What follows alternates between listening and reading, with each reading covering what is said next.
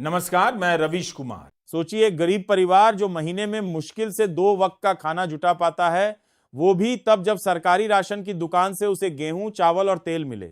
लेकिन जब वो दुकान पर जाता है तो कह दिया जाता है, आज नाम नहीं है, डेटा डाउन है, पर्ची नहीं आई, और फिर कुछ देर बाद वही राशन किसी अमीर के नाम पर चला जाता है। ये कहानी है बिहार के लाखों गरीब परिवारों की, जो राशन कार्ड होते हुए भी भूखे पेट सोने को मजबूर हैं, क्योंकि उनके हिस्से का अनाज या तो बिचौलिए खा जाते हैं या सरकारी सिस्टम की भूख में गायब हो जाता है।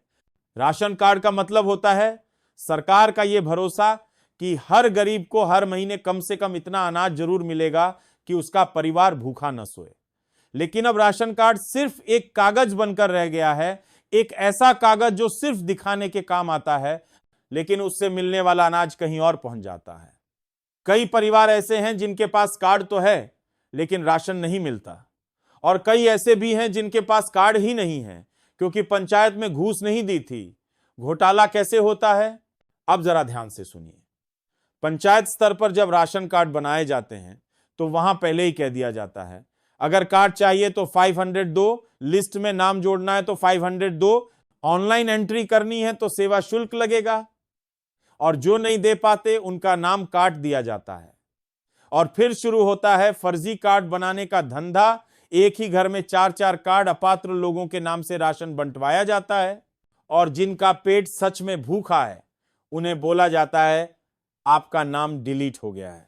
कई बार हमने देखा है कि जिस व्यक्ति का नाम लिस्ट में नहीं है वो पूछता है हमारा नाम क्यों नहीं है, तो जवाब मिलता है सर्वर डाउन था, मशीन काम नहीं कर रही, फिंगरप्रिंट नहीं मिल रहा।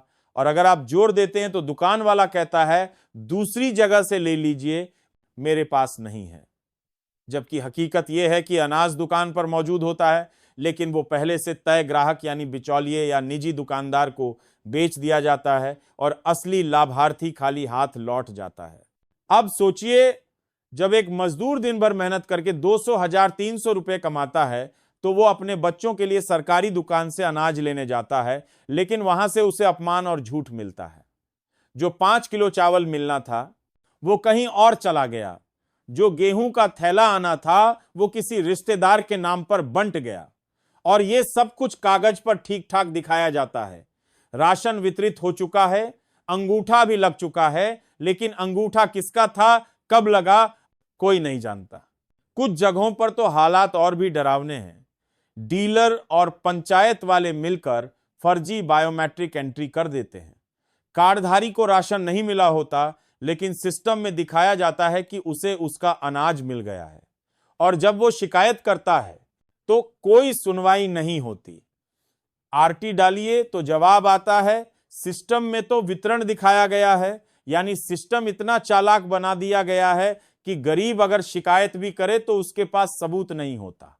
हमने जब एक गांव में जाकर पड़ताल की तो वहां एक विधवा महिला मिली, नाम था ललिता देवी, उम्र 65 साल, राशन कार्ड है, लेकिन 3 महीने से अनाज नहीं मिला। जब पूछा तो कहा बेटा हर बार कुछ ना कुछ बहाना बना देते हैं, कभी मशीन नहीं चलता है, कभी कहते हैं नाम ही नहीं है, और वो महिला हर बार खाली थैले लेकर घर लौट जाती है।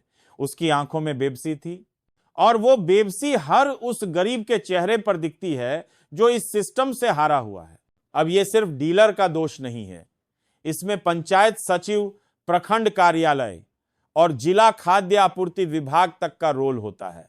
सबको पता होता है कि कहां कहां फर्जीवाड़ा हो रहा है, लेकिन कोई कुछ नहीं करता क्योंकि सबको हिस्सा मिलता है।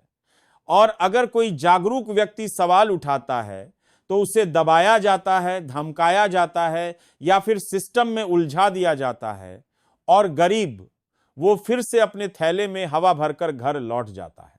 अब आप बताइए, जब सरकार मुफ्त में अनाज भेज रही है, योजना चला रही है, तो फिर वो अनाज गरीब तक क्यों नहीं पहुंचता? क्योंकि सिस्टम में बैठे कुछ लोग मान चुके हैं कि गरीब की आवाज कभी दिल्ली तक नहीं पहुंचेगी। जब तक गरीब खामोश है तब तक राशन का घोटाला भी चलता रहेगा, और इस घोटाले में सिर्फ अनाज नहीं लूटा जा रहा, गरीब का हक, उसका पेट और उसका भरोसा भी लूटा जा रहा है। तो दोस्तों, अगर आपके गांव में भी राशन कार्ड के नाम पर यह लूट चल रही है, अगर किसी का नाम बिना कारण लिस्ट से हटा दिया गया है, अगर आपको राशन नहीं मिल रहा जबकि कार्ड आपके पास है, तो चुप मत रहिए। आरटी डालिए, वीडियो बनाइए, आवाज उठाइए और यह वीडियो ज्यादा से ज्यादा लोगों तक पहुंचाइए, क्योंकि जब तक गरीब खुद खड़ा नहीं होगा तब तक उसका पेट यूं ही लूटा जाता रहेगा। याद रखिए, भूख सबसे बड़ी पीड़ा है और अगर किसी की भूख को लूटने वाले को सजा नहीं मिली तो इंसाफ का कोई मतलब नहीं रह जाता।